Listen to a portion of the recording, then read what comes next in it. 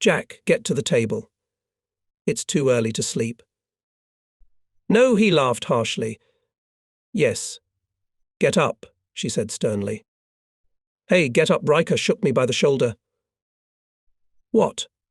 I opened my eyes. There were still stars in the sky. What time is it? Maybe if I gave him a hint of the time, he'd back off. 12. We're scheduled for departure right now. Departure? Yeah, get up. Grumpy 6 will be at the chopper in 10 minutes. We got to the chopper and woke up Reacher and the machine gunner. A few minutes later, the light from the Jeep's headlights slid across the tents, and shadows flickered around the Huey. The Jeep stopped about 50 feet from us. Several figures stepped forward and blocked the bright beams of light. The projections of dark silhouettes faded smoothly, shrinking beneath our feet. Grumpy 6 approached Riker and me, with the two captains trailing behind him. Which one of you is the crew commander? He asked hoarsely. Sweat glistened from the light on his neck. I am, Riker answered. Grumpy 6 paused for a moment, scrutinizing his name patch and inked warrant badge in the pale light. Mr. Riker, I have a captain flying with me who is also a pilot. Aye, Sir Riker replied. Put him in the front seat so he can get a couple hours of flying time. Sir, we have orders to keep unauthorized people from flying our machines. Nice try, Len. Mr. Riker Grumpy 6 raised his voice and fanned himself. You and your helicopter are attached to me. You're in my unit now, and I'm ordering you to change your crew for the next flight. He moved close to Len. His thick, sturdy figure contrasted with Len's lanky build. I think, Mr. He glanced at my patch, Mr. Mason should stay here. I don't think that would be right, Sir Riker defended himself. Bob was assigned to this task with me. All right, no problem, Grumpy 6 conceded. Let him sit in the back. What a compromise. I've been sent back. The infantry commander has no right to drive us around. Riker will put him in his place. Okay, Riker said sullenly. Bob will sit in the back with you and your assistants. I'm not going, my assistant has said, Grumpy 6. He'll use your comms. To hell with him, I thought. Just for one flight. But as soon as we were in the air, I realized how lousy this whole thing was. I'd given my deputy my helmet and was now sitting on the bench behind me, deaf and stiff. Reacher and the machine gunner sat in the dark behind me with their pockets in my back. They had helmets. I'll ask Reacher for a helmet. No, they'd still be stuck behind the machine guns. I felt like a fish washed up on the shore. I was a passenger in my own helicopter, and I couldn't even contact anyone on board or on the ground. I was burning with shame and anger. So I sat there in the dark, feeling like an idiot while Riker flew. In the dim light of the instruments, I could see that the stupid cretin sitting in my seat hadn't even touched the controls. We were circling in a moonless sky. Earth was the dark side of the universe with no stars shining over it. Somewhere below us, the watch commander was talking to the captain. Then the captain would call Grumpy 6 and give him a status report. And again in a circle. We circled for about an hour. I looked at the subtle shadows on the ground and watched for tracers. The constant howl of the turbine and the wind gusts were my only companions. I felt the car dive downward. I glanced at the altimeter, but the numbers were blurring badly. Coming in for a landing? My heart hammered. Without the control levers and pedals, I felt like a worm on a hook. We continued to descend. This was evidenced by my ears popping and the quieter turbine noise. I began to make out the extremely vague outlines of trees in the starlight. We were getting closer. Toward what? The tracers rose silently from the ground and swiftly flew past us in a chain of red UFOs. Silent, merciless, beautiful. When you're flying as a pilot, you only hear the bullets when they hit. First a short burst out of the darkness, followed by a long barrage of fire. The car tilted, and we took a sharp sideways turn. What's going on? I shouted through the noise of the engine. Even if they heard me, I was unlikely to hear a reply. I leaned out of the door and looked around. The tracers were flickering behind me. The enemy hadn't seen us and were aiming at the sound. They'd stopped firing. That was it, I was done. I'd never felt so alone and vulnerable. I called for reinforcements. Namely, I'd promised God that I'd quit smoking, that I wouldn't touch a whore, that I wouldn't even pull the bolt again, and also that I'd trust in him if only he'd help me survive. The Huey turned around and flew back to the machine guns. "You don't believe me," I yelled. "Please, God damn it, believe me." As I cowered in the cargo bay, waiting for a sign that he had heard me, the enemy opened fire again. The tracers glow brightly in the night. They glow red-hot and appear larger than they do during the day. The very fact of being in the same sky as them made me nervous. I could see the stream right in front of me, which meant that the enemy was aiming at us. If the line of tracers could be seen from the side, the bullets were coming from the other direction. Riker rocked the car hard, dodging the tracers. The last glowing stream unsuccessfully cut through the darkness behind us and stopped. Riker continued to turn in the direction of the tea plantation. "That's it. I'm not flying behind you anymore." When we touched the ground, I flew outside and swung open the left door, behind which the captain was sitting. "You're not flying again for another second, Captain," I yelled in surprise even to myself. It was better not to argue with me. We were standing next to the fuel tank, with the headlights of the jeep shining behind me. The captain was terrified. He looked at me, handed me my helmet, and said, "Don't worry." That was good enough for me. By the time we had refueled and brought aboard another grumpy 6 assistant with his radios, it was 3 in the morning. Riker and I hadn't expected this tactical commander flight shit to go on this long. And it wasn't over. Now they were demanding to get back to the firing point so the captain sitting behind could give the artillery pointing. I held my head high while the captain negotiated with the surrounded squad. During my busy ride as a passenger pilot, we managed to spot a machine gun position set up by a North Vietnamese army detachment that was blocking the path of our grunts. Short skirmishes continued in that area, so for the next 3 hours, until just before dawn, we were the helicopter transponder for Grunt 6 and the scout spotters for the artillery. Our unit remained safe. At dawn, the Lord spoke, "Let there be light. May Bob and Len return to camp, and may they have coffee there." The excitement faded with the first rays of the sun, and I suddenly felt like a squeezed lemon. The relentless, insistent sleepiness that usually comes at this time of day had gotten to me. I reached the tea plantation in a sort of half-dream and carelessly tossed the helicopter down. Riker giggled at my attempts like a drunk. I started laughing too, not out of mirth. It was more like sobbing with a smile. While we sat in the cab, the captain managed to haul his radio into the jeep. He turned around and ran the edge of his palm across his throat, because the Huey was still holding working revs. I found his gesture incredibly funny, and I was about to get on the line to tell Riker, but he beat me to it. "Look, Bob. He wants to kill himself." Oh, that was powerful. We laughed hysterically until our ribs ached. Reacher came to Len's door. "What's the matter?" he asked. I wiped away my tears and jammed the Huey. "We need to get some coffee." Reacher stayed behind to check the car. Either he had nerves of steel or custard for brains, because he'd managed to doze off during the fight. Now he was bouncing around the helicopter, checking every nut, the level of all the fluids. I got excited watching him. Maintaining the Huey was a tedious enough job, to say the least, but Reacher did it perfectly. "I see you love your car, Reacher," I said. "Yes, sir. I also don't like flying over the fucking jungle in a helicopter that can stall and crash. We sat down at a table made from empty ammunition crates. I was having a breakfast of reconstituted omelettes when the pilot captain came over to us. "Guys, I know you're tired," he stared at our exhausted faces. "I've been trying to find a replacement car for you, but it's all dead." He lit a cigarette. "Today we'll be dropping off new troops at that place," he pointed to the south.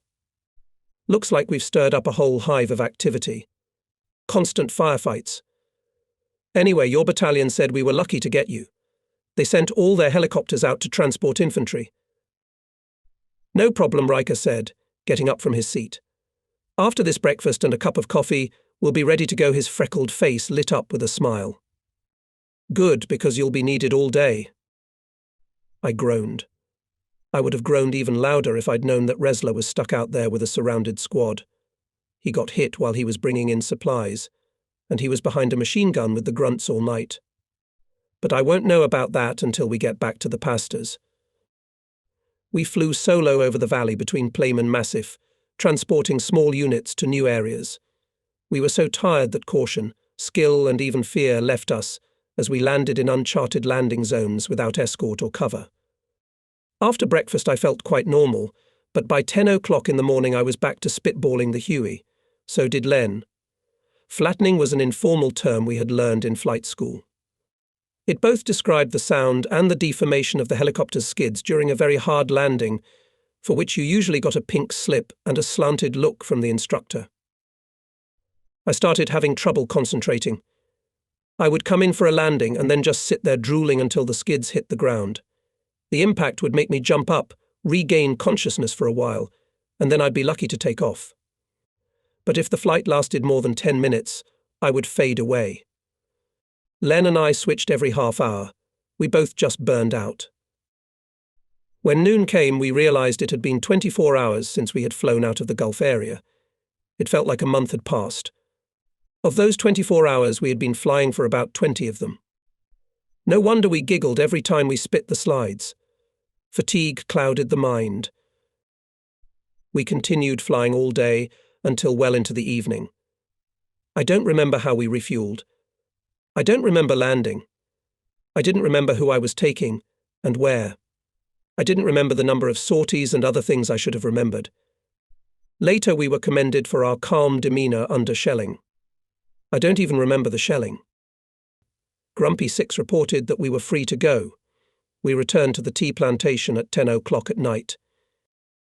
I fell silently onto the stretcher from the dust bag and fell asleep. The next day at 6 o'clock in the morning we took to the air at the orders of our indefatigable commander, whose air fleet consisted of us and our Huey. It was a perfect morning for a flight. I sipped coffee from a flask while Riker filled in for me at the controls. The coffee and cool air refreshed my mind. I felt much better. The dark blue sky glistened over rolling bush hills and valleys of elephant grass. The day was clear.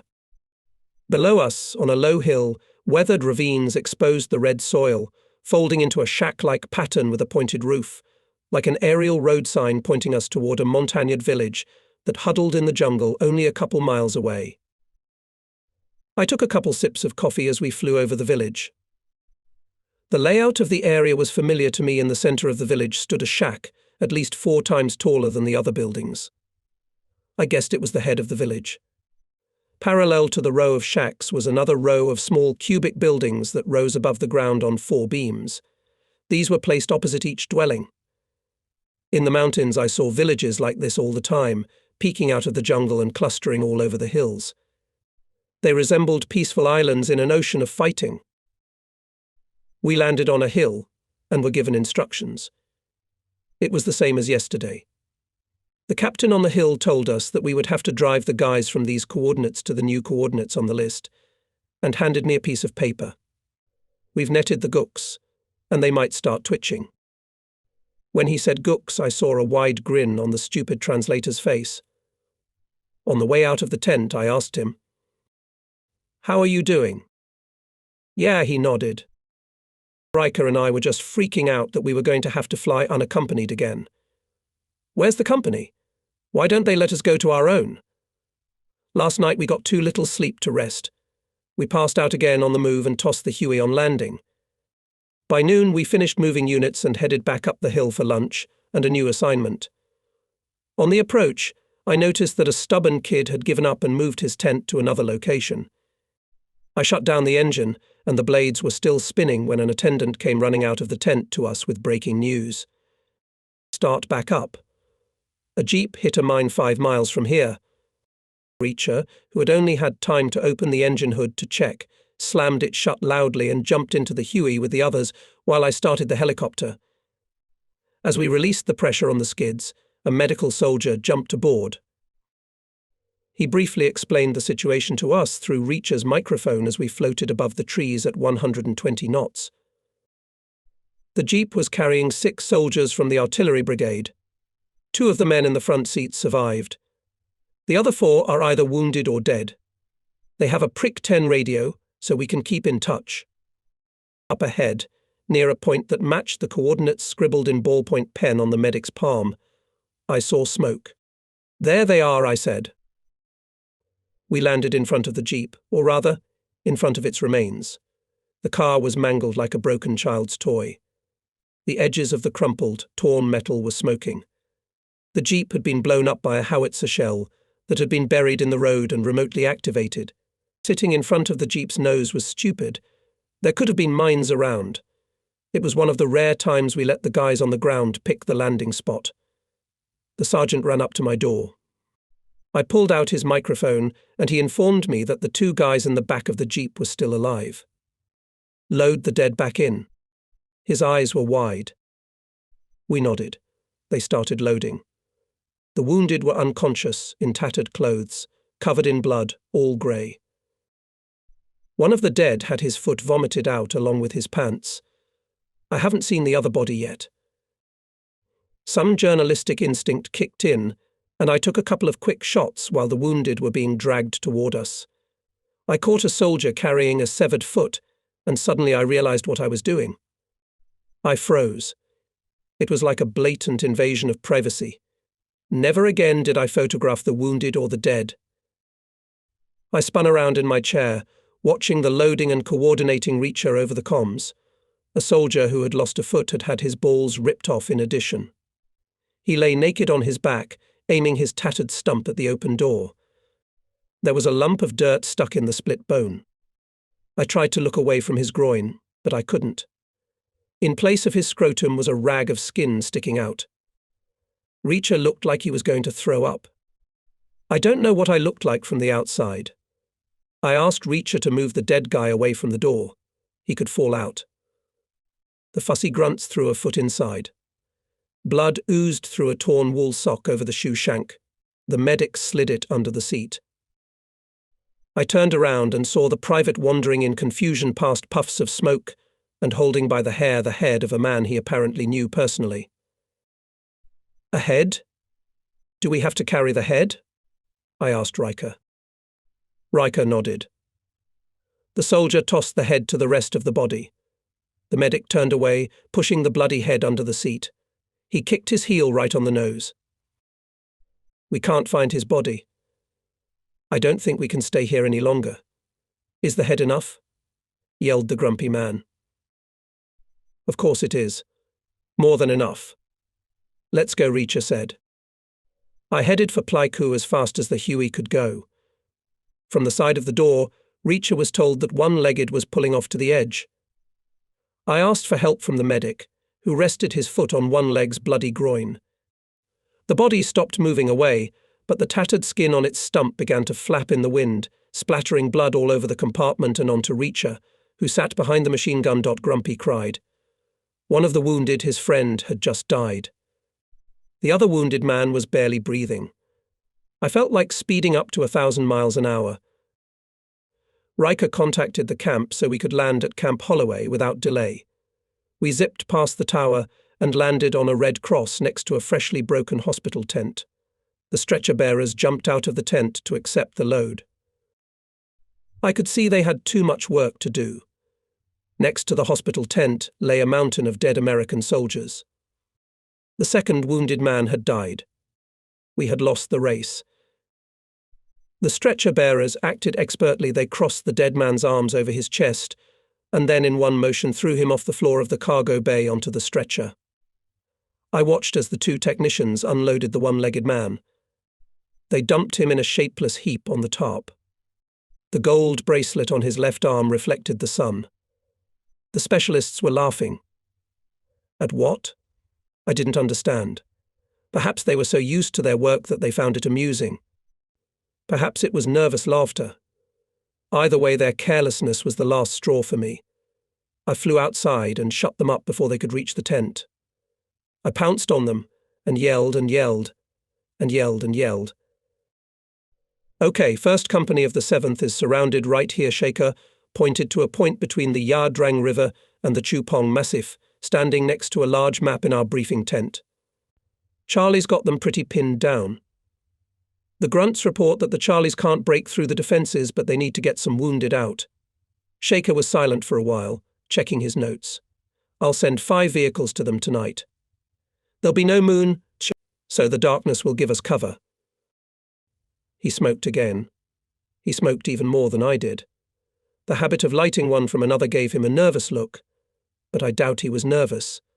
I think his stiffness was due to the fact that he was the only black platoon leader in the battalion. He took another puff and started reading out crew names and vehicle numbers. I listened, half listening, knowing that Riker and I would be given a chance to sit back and rest. Then I heard. Riker and Mason, 879. What Riker shouted. Shaker pretended not to notice. He glanced at his watch. It's 17:30. Have dinner and have you in the parking lot by 20:00, ready to start the car. He turned to leave, but stopped suddenly. Anyone not flying stays on company property and is on combat duty. As soon as he left, everyone scattered around, and I heard the frustrated grumbling of the soldiers who were forbidden to leave the camp. By the looks of it, there were worthwhile bars to be found in Pleiku. Riker's face read my feelings too. It felt like our report on our return from the mission had been ignored. It was only 2 hours ago that we had returned from the marathon that Grumpy 6 had given us.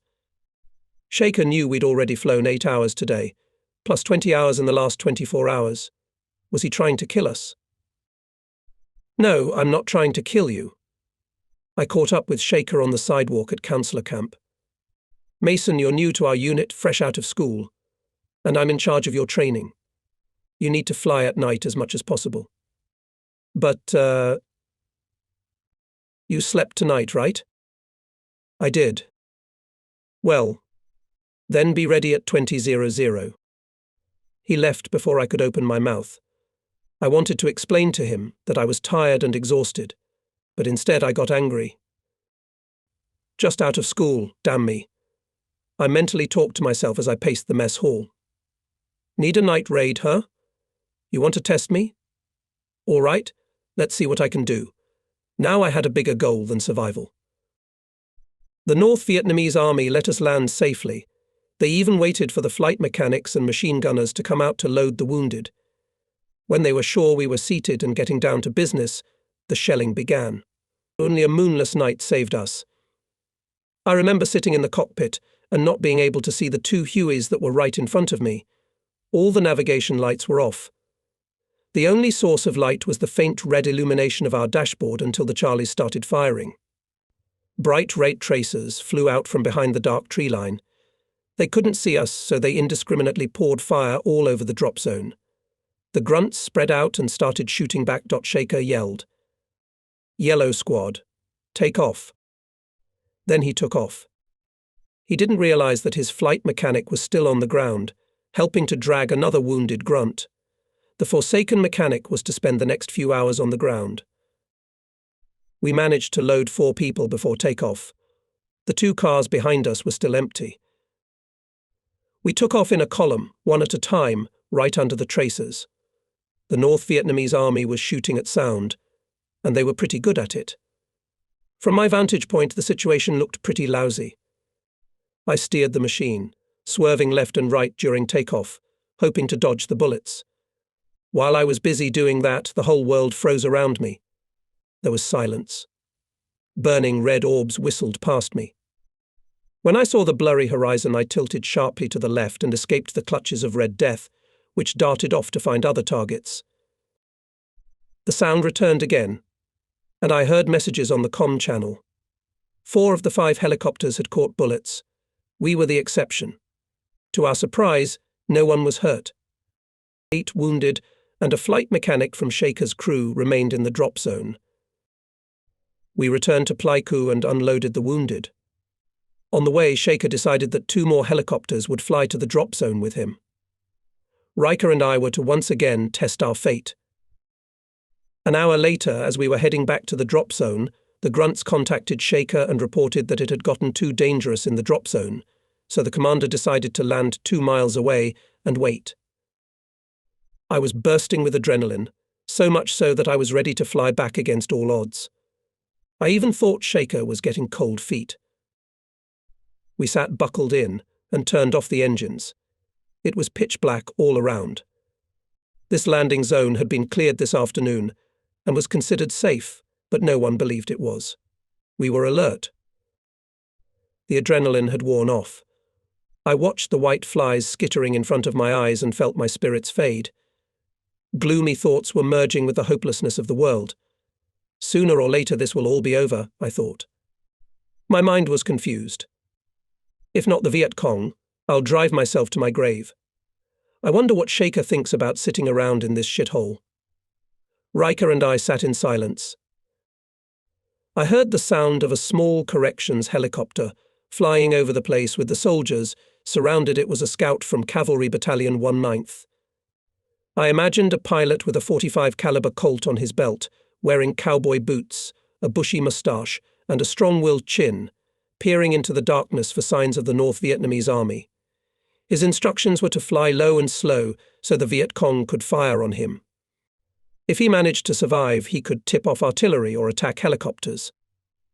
In less than 6 months, the reconnaissance group would lose 14 pilots out of 20. He sliced circles in total darkness. The North Vietnamese army was not responding. The pilot got tired of passively searching, and either he or his mechanic began firing a handheld machine gun into the jungle. The tracers looked like red tongues of flame peeking out of nowhere. It worked. After a few bursts, the Vietnamese returned fire. The tracers started popping out of the jungle in a direction that was picked at random. When they started firing, the pilot stopped firing. They gave away the position. A few minutes later, mortars rumbled somewhere nearby. The attack continued for about 5 minutes. The helicopter returned to check the situation. It shelled the jungle again and flew even lower than last time, but no one fired back. Either the machine gunner had been wiped out by the mortar attack, or the enemy had wised up. We had to guess the right one. Shaker sent his machine gunner to run through the darkness and inform the rest of the vehicles that we would land one by one start, and wait for a signal on the comms when he took off. Shaker and the helicopter following him were successful while we waited. We were going last. The landing approach bothered me a lot as I was landing without lights. A bright landing light or even small parking lights would have made us a perfect target. The enemy machine gunner was definitely out of action, but the grunts reported that there were snipers sitting behind the tree line. I steered the vehicle and made the decision not to stop. I contacted the grunt who promised to illuminate the landing site with a flashlight, leveled off over the site, and began a smooth descent into the darkness. Grumpy coordinated me on the comms. Okay, left, good. That's right. More. Lower. Take the right. Okay, do you see the flashlight? Do you see the light? Yeah. The subdued light of an army flashlight with a special nozzle cut through the darkness below me and gave a good lead on the soldier. One beam of light in pitch darkness doesn't help much. Everything around you can turn upside down. Without any other reference points, the flashlight seemed like a blur in the darkness.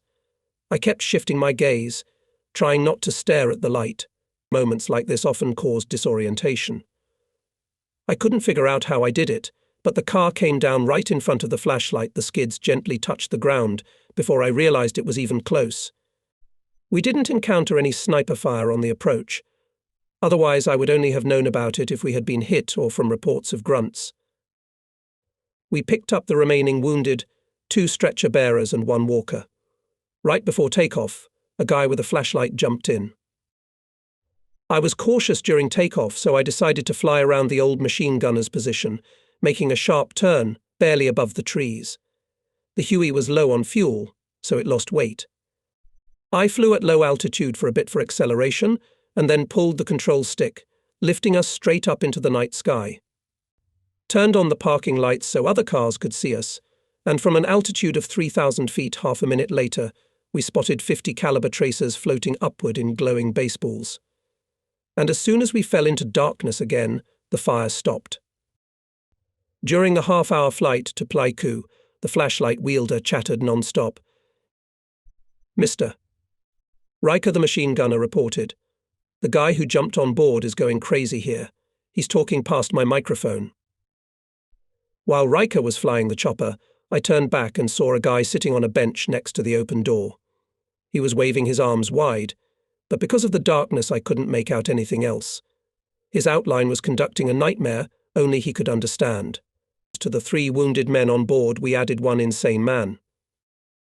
We unloaded the wounded at 4 in the morning, but the fellow stayed with us. He wasn't hurt, at least not physically. Riker decided he should be taken to the headquarters tent. While we were walking there, the guy was trailing behind and talking nonsense.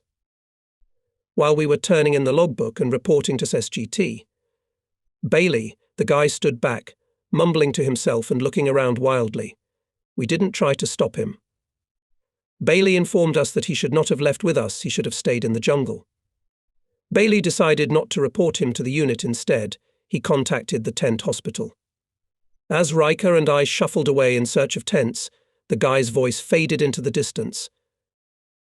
"Someone got me up at 6 and told me to get on a flight." I only remember walking on stumpy legs into the tent and saying, "I can't fly now.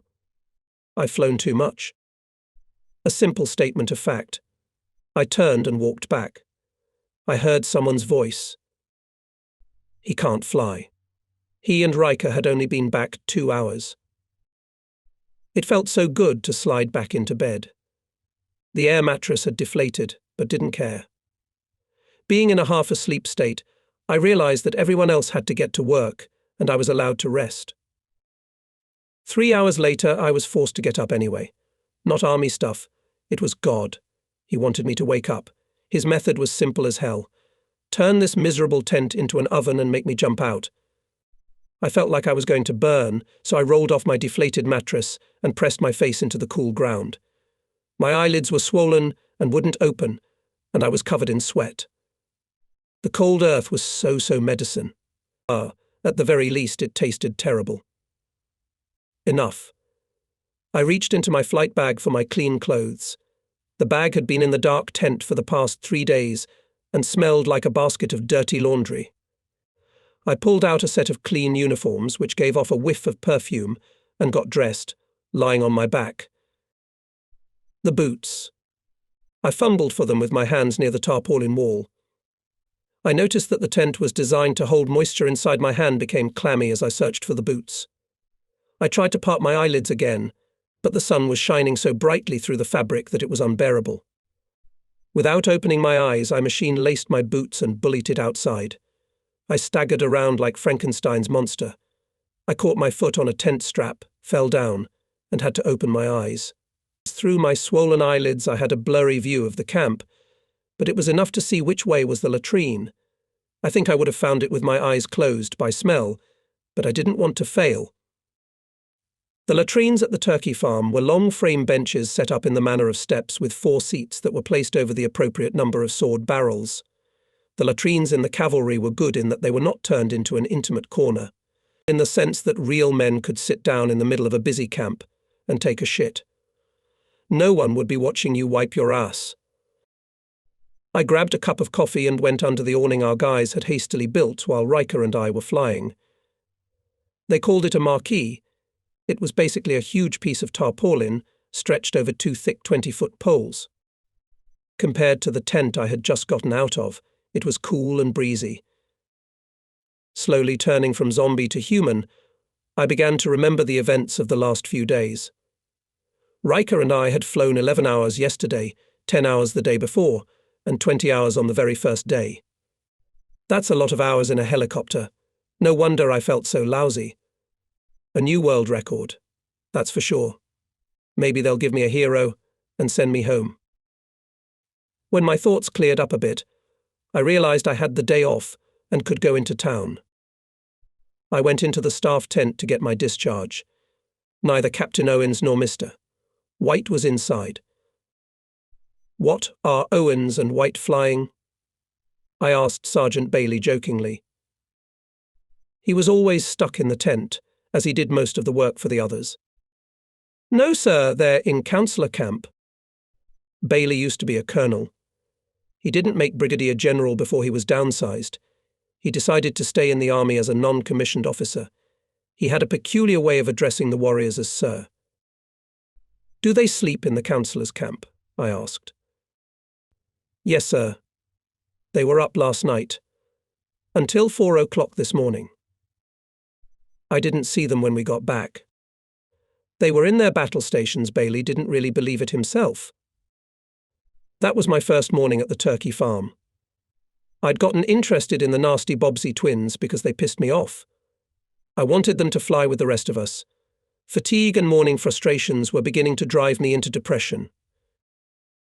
Riker had the good sense to get a good night's sleep. Before dawn he managed to jump up and move into the empty bunk of one of the higher-ranking officers who had departed for his morning task. I happened to run into him in the mess hall. He and I decided to go into town. It was a truck ride down a dusty country road to town. Walls of shacks made of beer cans stretched on both sides of the road as we approached Plyke, just like in Key. I would come across these disposable shacks on the outskirts of every town and village I would see during my travels through Vietnam. We jumped out of the truck near the center of town, and it was clear to Len and I that we were the only Americans around. We parted ways with the usual evening crowd.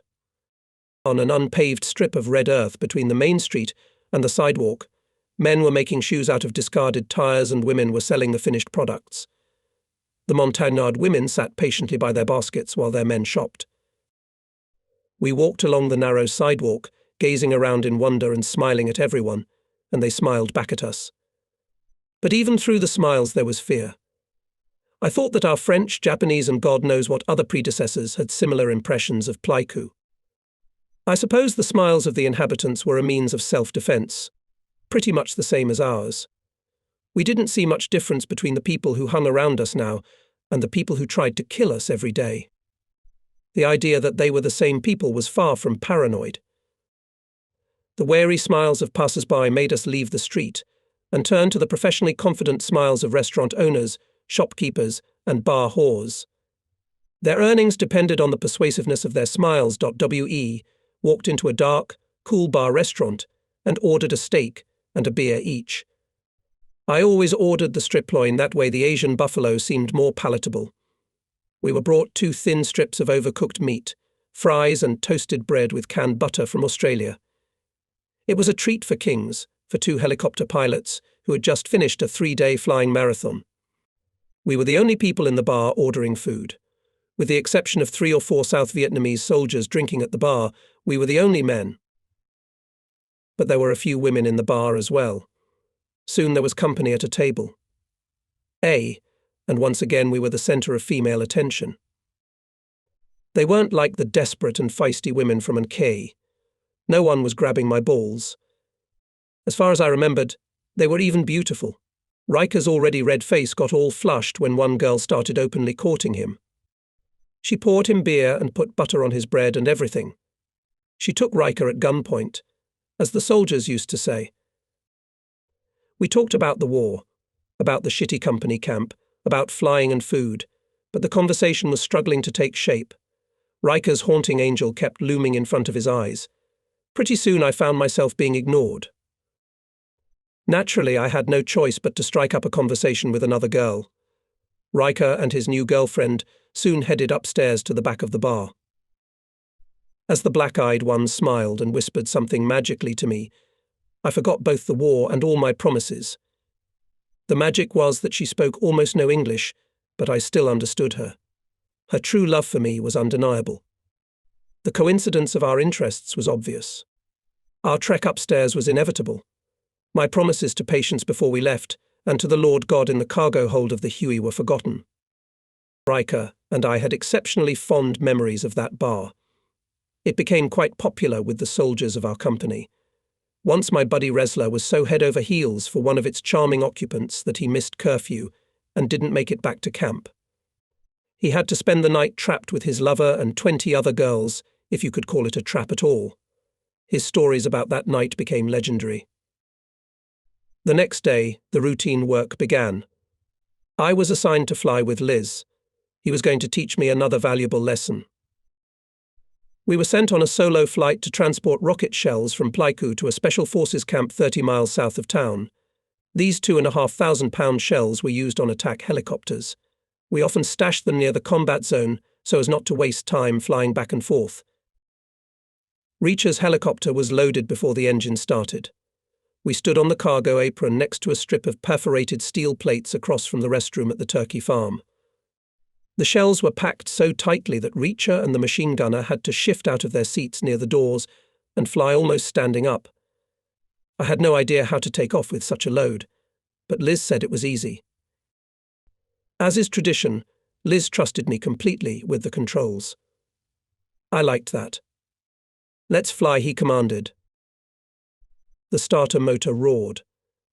The trumpet made the familiar whistle, and a blurry circle of blades appeared above the cockpit. When all the gauges turned green, I slowly added gas to move the Huey into a hover, to no avail. I gave full power, but the Huey continued to shake in place. We had gotten a whole hurricane around us, but not an inch above the ground. "We're going to have to take off like a plane," Liz said. When the helicopter can't hover because of the overload, as it did in our case, you have to relieve the pressure on the skids by working the throttle, and then use the control stick to steer the helicopter forward so that it starts to glide on the skids on the ground. If the gliding continues long enough, the helicopter will lift into the air even without hovering. Not the most graceful process. Scratching the skids, I slid down the runway to the takeoff point in the field. The squeal and rumble of metal plates rubbing against steel planking echoed throughout the helicopter. I requested flight clearance over the comms and continued to creep slowly down the runway. As the skids clung to the unevenness of the runway, the machine was tossed back and forth. We crawled almost 100 feet at this slow pace. We had to accelerate to a speed where the propellers would pop out of their turbulent flow, bevel downward, and cling to the undisturbed atmosphere. When the entire carrier system spins in unperturbed air, the machine rises sharply upward, the law of progressive lift. So I was sliding and shaking on the runway, trying to accelerate to the proper speed. It felt like the Huey was going to fall apart from the noise and shaking, but Liz was smiling calmly in the left seat. Everything was fine. With 2/3 of the runway behind them, the overloaded and suffering Huey finally gained flight speed and took off with difficulty. Reacher rewarded his swallow with an approving cheer. We wanted to take off at 3,000 feet, but for the entire 30-mile flight I could not get to even half that altitude. As we moved forward like a loaded horse, it came to my attention that the transition of the main propeller into auto-rotation at this overload might have provided us with a harder landing than we would have liked while carrying a ton of explosives. The only news, changing for the better with every second of our trip, was that we were burning a lot of fuel. The car was going to lose a lot of weight by the time we came in for the glide landing I was to perform at my destination. The commander of the camp to which we were headed decided to delegate the task of selecting a landing site to a sergeant specially trained in the intricacies of aviation. However, this sergeant was not there, so the task of selecting a place was passed to his assistant, who, despite the fact that he made a serious appearance, did not understand anything about it. We began a long, very smooth descent towards the camp. I noticed the aide. He raised his hands high, pointing to a patch of grass near the front edge of the camp. It seemed as if the point he was pointing to was exactly on the outside of the stretched skein of wire fence that ran between the camp area and the nearest trees. There was plenty of room to land, so I didn't challenge his decision. As we flew closer, descending and dropping speed, I added power. It was the only way we could soften the impact of the landing. I flew over a small wall of trees and leveled off 6 feet above the grass outside the barrier. I heard a panicked voice in my headphones. "Don't land here," squealed the voice. "There's a minefield here." A minefield. Even Liz was impressed. If Liz was impressed, I was horrified. The Huey was approaching the ground inexorably.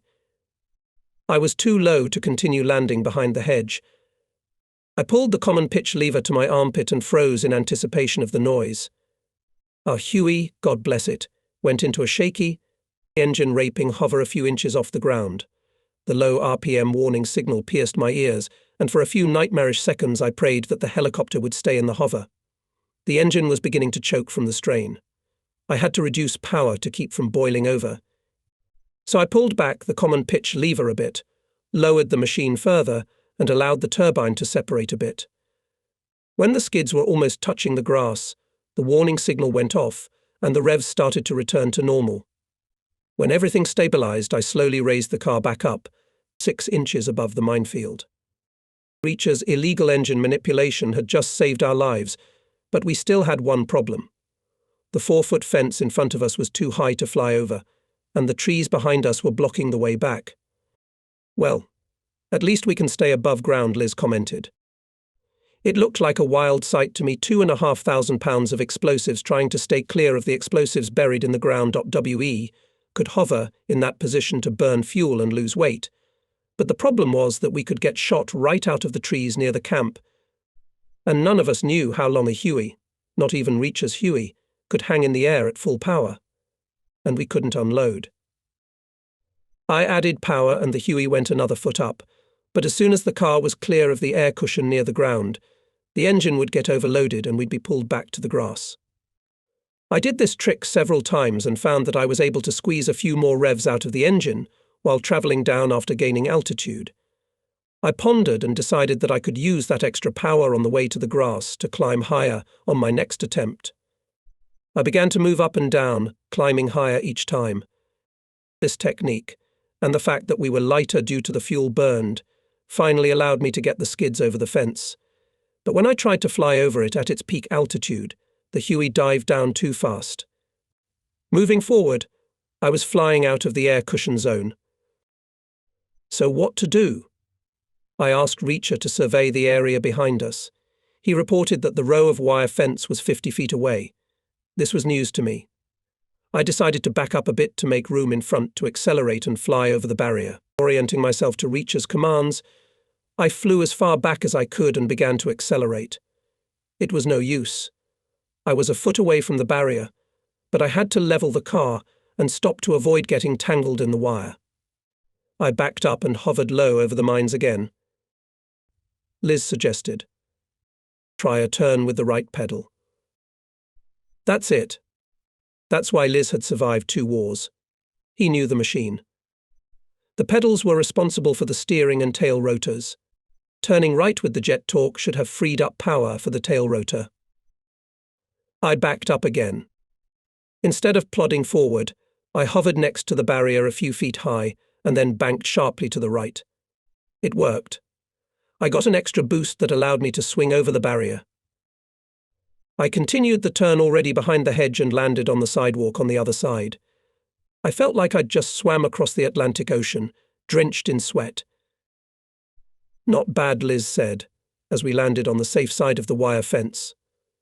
"I hope you learned your lesson," he said in a calm tone. "Lesson?" I asked, exhausted. "What lesson?" "Never trust grumblers," he replied. That night at the turkey farm we were forbidden to go to the village. Someone in the councillor's camp had started stealing again. This time a missing refrigerator was reported. After the first night in that hellish tent, I moved to the chapiteau, where I made myself a sort of bunk. I used boards from old ammunition boxes. I put my deflated air mattress on top and set up in the very corner of the blown-out awning. Several other guys did the same. It was cooler and drier than the tents. Since it was not possible to go into town, we sat at a long wooden table in the marquee, played chess and listened to the radio. We listened to Radio Hanoi, where they put on the most normal music. Every night there was a news program on this radio station, hosted by Hanoi Hannah. There were several female newscasters, but we called them all by the same name. We wanted to believe she was from Tokyo Rose. For the first time in 3 months, Hannah mentioned the name of our unit. She informed us that she was sorry for us poor guys, but that we were going to be hit by mortar fire tonight. We looked at each other and laughed. "That's bullshit." "Ha ha ha. Hey, I'm going to make a foxhole anyway." "You should too." A few minutes after the announcement of Hanoi Hana, trenching became a popular pastime. The earth flew in all directions. The rule against digging up the sod along with the grass was ignored. Camp Holloway residents slept behind sandbag walls and could always duck into a nearby bunker in case of shelling. Positioned on the so-called front lawn, we suddenly felt unprotected. The red soil on the property had shriveled and hardened so much that by midnight the trenches were barely waist high. When the appointed hour struck and there was no shelling, the digging slowed down. I built a trench next to my bunk, and it was one of the deepest. The mortars struck, but not at the turkey farm, but at our gas station at Tea Plantation. Of all the shells that flew in a single volley, one damned small mine landed right in the middle of the tent, where the refueling crew was sleeping. 7 men, including 3 privates of our company, were killed on the spot. We reassured ourselves that they didn't even have time to realize what was wrong. The next morning, during the briefing, we were told that the French owner of the tea plantation next door had filed a complaint against us. To the Viet Cong? Connors asked. No, not to the Viet Cong, but to us, Williams replied. He says the proximity of our camp to his farm is causing him nothing but losses, and he wants us to move the refueling base with the infantry. Are we moving? Someone asked. I don't know. The colonel went to visit him this morning. What a thing to do, Connors exclaimed. Williams froze in place as Connors continued, "We're sacrificing lives to liberate this stupid country. And some French asshole is pocketing the Viet Cong and doesn't want our stinking army sitting in his tea bushes. I suggest we fuck that asshole up." Williams ignored Connors and continued the briefing, but most agreed. We didn't fuck him up, the base stayed put too. The cavalry just promised not to touch his plantation. We were forbidden to fly over it, especially at low altitude. The longest week started on a sunny Sunday morning in a small clearing called Rentgen in the foothills of Chupong. Intelligence had long suspected that the Chupong Massif hid numerous communist troops receiving aid from the Cambodian side of the border. The X-ray zone was considered the most likely location of the enemy, and it proved to be true. I read this in Time a week after the tea plantation incident. After spending 2 weeks searching for the enemy, the cavalry not only killed several hundred North Vietnamese army soldiers, but also figured out where to locate 3 regiments of the enemy force. On November 14th, our battalion landed the 1st Battalion, 7th Division in the X-ray area where they were to engage. A company of our unit, the Snakes, made the first attack in the morning and met little resistance. By early afternoon, however, the 2 companies of the 7th Division that the Snakes had landed were surrounded and suffering heavy casualties. Our company was sent to help the Snakes. We were to bring reinforcements. We took infantrymen at Tea Plantation, 8 soldiers each at Huey's. It was clear which way to go. Even though we were 15 miles from the zone, the puffs of smoke from the attacks of the B-52 bombers and attack helicopters that circled over the zone to cover the grunts were still visible. As we passed over jungle and fields of elephant grass, what was happening reminded me of a frame from a movie, the smooth movements of the Hueys in the air, the sight of the helicopter formation against the smoking horizon, the silence. The crews were not talking to each other. We all listened to the boisterous, excited voices calling for air support over comms to their area, then yelling bullets pounding the positions. The X-ray landing zone could take 8 Hueys at a time, so the helicopters clustered in the air accordingly. Yellow and white squads went in the first group, orange and red were in the second. Liz and I were red too. On the approach to X-ray, the gap between us and the first group began to widen. This was done so that the vehicles ahead would have time to land, drop off the infantry, and fly away. 5 miles from the zone, we switched to low altitude and flew under artillery fire, aiming for the landing zone. A mile ahead of us, the first group came in for a landing and disappeared in puffs of smoke. The pilots on the intercom began to report where the fire was coming from. The machine gunners on all the machines heard this information. Usually it helped a lot, but this time, with allies on the ground, the machine gunners couldn't shoot back. Yellow and white lingered on the ground. Artillery rumbled overhead. The area behind the landing zone was completely hidden by a smoke screen. We continued the landing approach. Liz was steering. I double or triple checked the retractable armor panel on the side of my door and again cursed the commanding officer for not wearing body armor.